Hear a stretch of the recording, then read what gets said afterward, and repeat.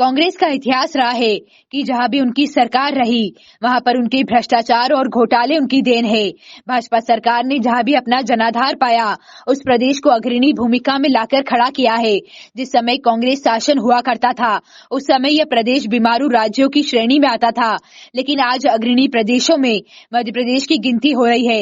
यह बात भाजपा के प्रदेश अध्यक्ष जेपी नड्डा ने बढ़वा में भाजपा प्रत्याशी सचिन बिरला के समर्थन में हुई आम सभा के दौरान मंच से कही। उन्होंने कांग्रेस की पूर्व सरकारों पर कटाक्ष करते हुए भ्रष्टाचार घोटालेबाज सरकार करार दिया। पूर्व मुख्यमंत्री कमलनाथ के ऊपर भी भाजपा के राष्ट्रीय अध्यक्ष ने हमला बोलते हुए कहा कि कमलनाथ के 15 महीने की सरकार में अनेक घोटाले हुए। कमलनाथ के ओएसडी के घर से लाखों रुपए मिले। कमलनाथ के भांजे और भतीजे भी इस भ्रष्टाचार में लिप्त रहे। भाजपा ही एक ऐसी पार्टी है जो विकास करना जानती है। भाजपा की सरकार में देश के प्रधानमंत्री नरेंद्र मोदी ने हर वर्ग पर तबके के लिए अलग अलग योजना चलाकर उन्हें समृद्ध बनाने का काम किया है। सचिन बिरला को वोट देकर आप प्रदेश के साथ साथ केंद्र की सरकार को भी मजबूती प्रदान करेंगे। मेरा सौभाग्य है कि मुझे आज इस विधानसभा के क्षेत्र में अपने साथी सचिन जी के लिए चुनाव प्रचार में आने का सौभाग्य मिला है। और जो मैं उत्साह देख रहा हूं, जो मैंने हेलीपैड से लेकर के यहां तक उत्साह देखा है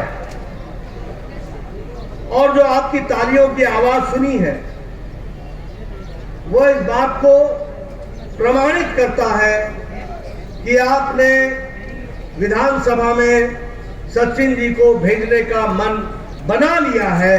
इसके लिए आपको मैं विशेष धन्यवाद देता हूं। मित्रों, मैं जब खरगोन के क्षेत्र में आऊं और ओंकारेश्वर जी को नमन न करूं तो शायद मेरी यात्रा अधूरी रहे। इसलिए मैं ओंकारेश्वर जी को नमन करता हुआ अपनी बात को तो प्रारंभ करता ही हूं, साथ ही साथ जगदीश चंद्र विद्यार्थी जी, जिन्होंने क्विट इंडिया मूवमेंट में बहुत बड़ा इस क्षेत्र में योगदान किया था, उनको भी नमन करते हुए अपनी बात को प्रारंभ करता हूं। मित्रों, भारतीय जनता पार्टी का शासन अपने 20 वर्ष पूरे कर रहा है। एक नई जनरेशन, एक नया युग जिसने कांग्रेस का शासन नहीं देखा, वो नौजवान भी हमारे बीच में है। लेकिन भारतीय जनता पार्टी किस तरीके से क्षण क्षण समय समय पर आपकी मदद करते हुए लंबी यात्रा 20 साल में पूरी की है, ये नए युग के नौजवानों को भी बताना हमारी जिम्मेवारी बनती है। और मैं हमेशा कहता हूं, पूर्णमासी को याद करते हैं तो हमेशा अमावस्या को भी याद रखना चाहिए। अगर उजाले की हम पूजा करते हैं तो अंधकार के त्रासदी को भी याद करना चाहिए।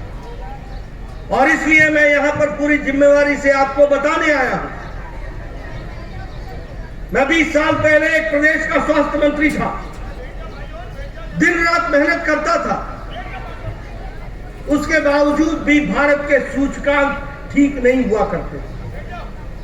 और मैं पूछता था कि जब मैं इतनी मेहनत करता हूं, जब मेरे राज्य के सारे सूचकांक अच्छे हैं, तो देश का सूचकांक क्यों गड़बड़ है?